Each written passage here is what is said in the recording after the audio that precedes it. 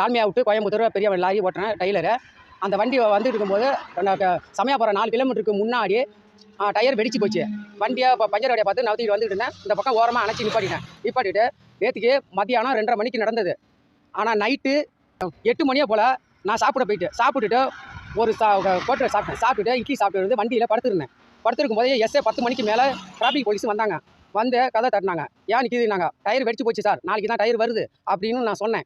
அதுக்கு லைசன்ஸை கொடு, பில்லை கொடு, வண்டி சாவி எடுனாங்க. நான் லைசன்ஸு பில்லு கொடுத்தேன். வண்டி சாவி எடுனாங்க. வண்டி சாவி எடுக்கிறதுக்குள்ள எதுக்கு சார் வண்டி சாவின்னு கேட்டதுக்கு என்ன ரொம்ப ராங்கா பேசுறேன்னு பிடிச்சி என்னை அடிச்சு போட்டாங்க. அடிச்சு ஒரு பக்கம் காதை கேட்கல, என்ன கேட்காம உடனே நான் மறுநாள் காலைக்கு அழி தாங்க முடியாது வண்டியில் படுத்துருந்தேன். லைசன்ஸும் பில்லு வண்டி சாவி எல்லாத்தையும் பிடிங்கி வச்சுக்கிட்டு மேலே கேஸ் போட்டுருக்காங்க. அதனால் நான் ஜிஹெச் போய் வழி தாங்க முடியாமல் நான் ஜிஹெச்சில் அட்மிஷன் பண்ணிட்டு இப்போ தான் டிஸ்சார்ஜ் ஆகி வந்தேன். இப்படி இந்த போலீஸ்காரங்க என்னை அடித்து நாசம் பண்ணிட்டாங்க. நைட்டு